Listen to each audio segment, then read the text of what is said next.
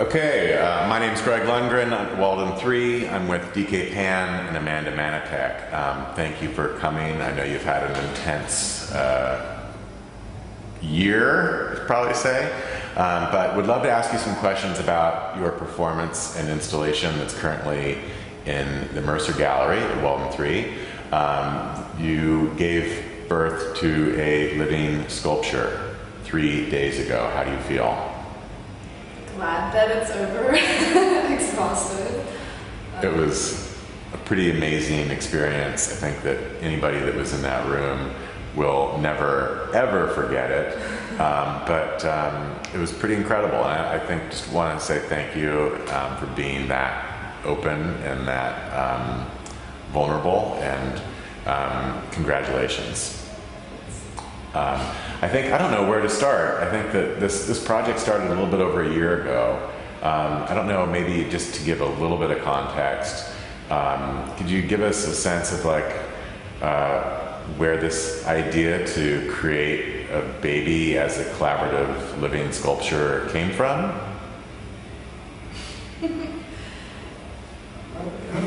I mean, it was totally took us out of the blue.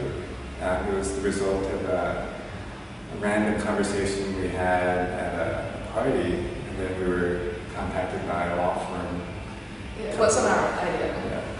Yeah, it definitely was not. I mean, we were approached by a collector that wanted this art piece that we could jointly make. And it took us a while to even get our mind wrapped around, is this a good idea? Or are they is this a bad idea? Are there weird, moral and ethical issues around? I'm still not sure. And just to be clear, just so people who don't live in Seattle, who don't know you individually, you are not a romantic couple. You had not had sex before, you weren't dating. It was just, the collector just liked you individually. We've had a collaborative relationship for a while, but definitely nothing romantic. I have a boyfriend, we have a pretty traditional relationship, and this is this is definitely different, new territory for us. So you agreed to the project, and I know Walden 3 got brought in kind of after you guys were in conversation with do you know that, I guess just back up, do you know who the private collector is? I know that you're probably not allowed to tell us, but have you met the new owner? No, we haven't. We've been in communication, but there's been no direct, face-to-face meetings. And the contract we signed has some very specific kind of restrictions on what we can talk about, what we can disclose, and so forth. It is a Seattle art collector. Is that? Maybe I'm assuming that, but I can't say. Fair enough. It's probably not an axe murderer or someone who's going to, do something terrible. I imagine there's some process of making sure that baby is going to a good collection, a good art collector, not a bad art collector. I'll stop. We'll move along. I think that, so almost a year ago, last June, you did a performance that was called Conception. And this was the first time that you had ever had sex with each other. Can you tell us about that experience and kind of what you did in preparation for Conception? Yeah, so we have had a professional relationship, but as far as our friendship goes, it's always been strictly platonic. I think I was a little bit scared going into it, or just really nervous, even though I've done a lot of weird performances throughout my life. I feel like I've never, had sex in front of other people. But once we got into it, I feel like things just kind of melted away, and it did feel really magical, the whole thing.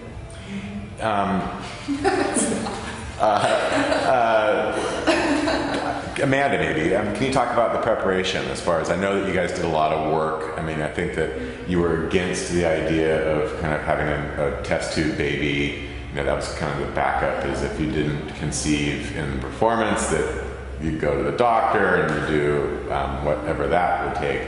So I know it was important for you guys to kind of maximize that happening. What did that look like?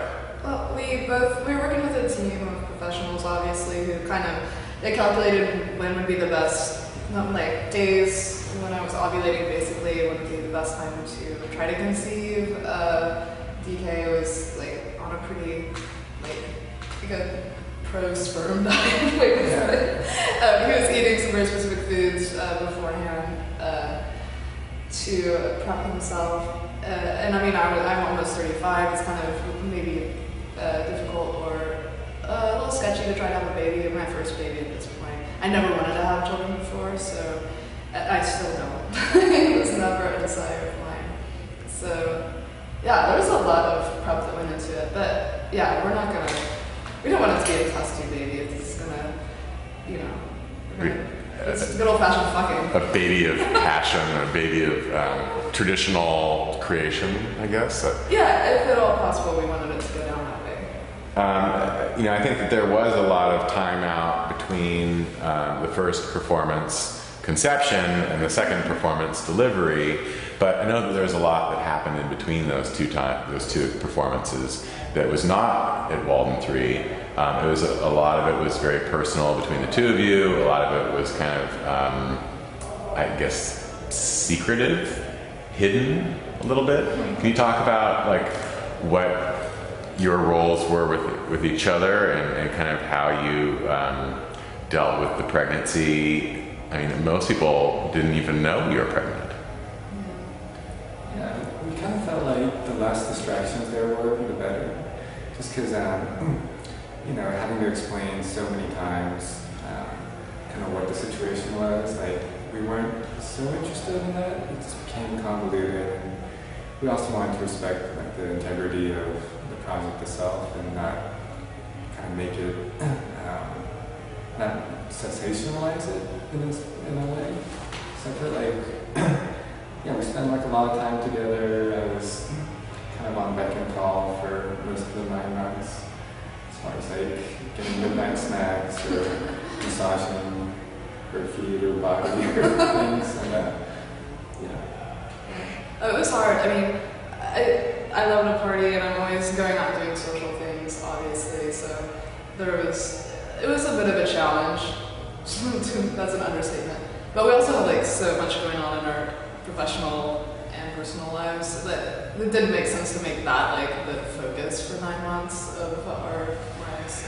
But how did you, like, you know, in your second or third trimester, like, how did people not know? I mean, I've seen Megumi's pictures of you pregnant, and you're really, really pregnant. Yeah. But I would see you walking down the street, or I'd see you at a party, and that wasn't the first thing that I would have thought. So I mean, yeah. You dress differently? Do you go out in only the dark places? I mean, yeah, I tend to go out at night mostly. I wore a lot of dark clothes, big baggy shirts. Yeah, it wasn't easy though. And virgin cocktails. Yeah, I know that you did some kind of unique things during again, I'm not a baby person, but like between conception and delivery, you did a lot of work and a lot of kind of, you read to the baby, you played music for the baby, you kind of exposed the baby to things in an attempt to give it some structure. Can you talk about like what both of your roles were as far as? I mean, there was some very specific, strict conditions as far as how we're supposed to treat the pregnancy. We had kind of a list of different music we could play, different kind of books that were supposed to be read out loud to the child. You know, some of it was pretty kind of quirky stuff, but you know, because it was, you know, because we had made this agreement, we wanted to respect it as best we could. Yeah, there were a lot of long nights though that like DK would like read to the baby. lots of classes and having to take like Lamaze things and different kind of physical checking in, lots of visits to the doctors. A lot of that sounds like really kind of traditional kind of couple pregnancy things. And I know, there have been some critics that have kind of been very vocal about saying like, this isn't art, and this is, any idiot can have a baby, and this is sensational, or I think, those critics, I don't think really weren't in the room for the conception or the delivery, and I think that as a performance piece, if you weren't there, it could be easy to look at that and kind of just dismiss it. But I guess I'm just curious, like, as the two people that were the creators of Baby, how much different is it from having just a regular baby and having a baby that is living sculpture? Yeah, I mean, this baby was bred to be sold, so I feel like going into it, at least for me, like, it was really clear what the boundaries were or what the intention was.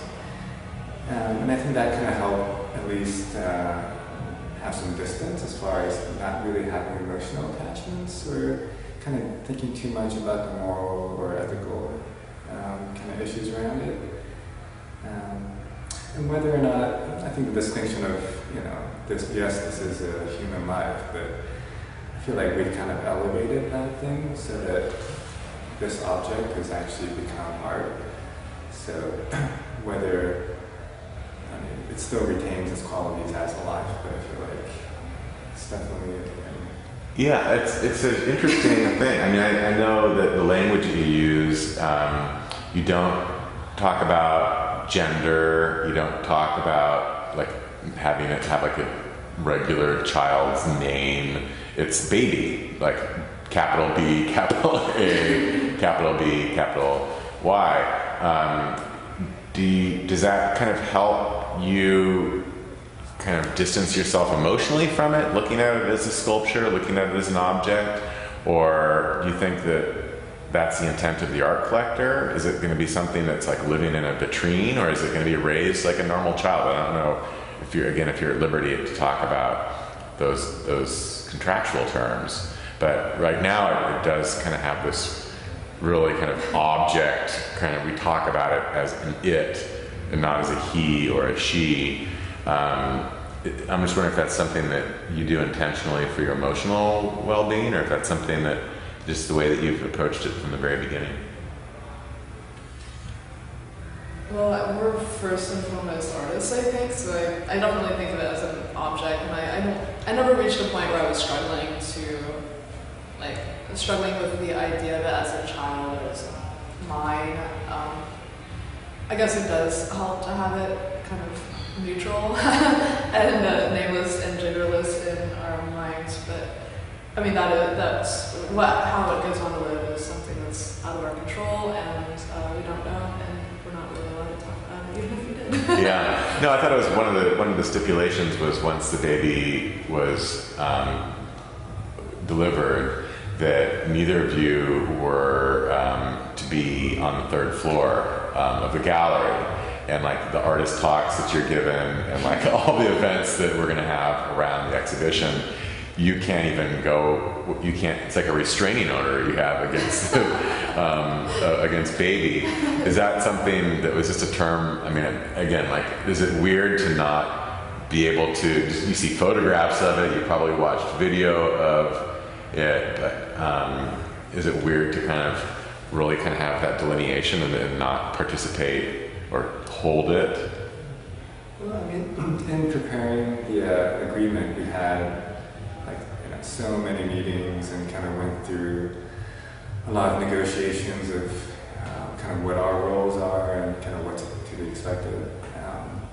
And a lot of that was determined before we even embarked on the conception project. So I feel like now, there is I think the subtext behind it is that basically it's both to protect us and also to maintain the integrity or the autonomy of the work itself. So. Are your grandparents or your parents ticked off that they don't get to hang out with this grandchild of theirs? Yeah, probably. No, I never wanted to have kids, so my parents always knew that they weren't getting a grandkid for me. Yeah. They're probably not stoked that this is something that happened and they're going to cut out of the deal. But, what about you? I mean, I did have a few arguments with my mom because both of our families are pretty religious and we're both the sons of pastors. So I think there was kind of a lot of like religious kind of issues around it.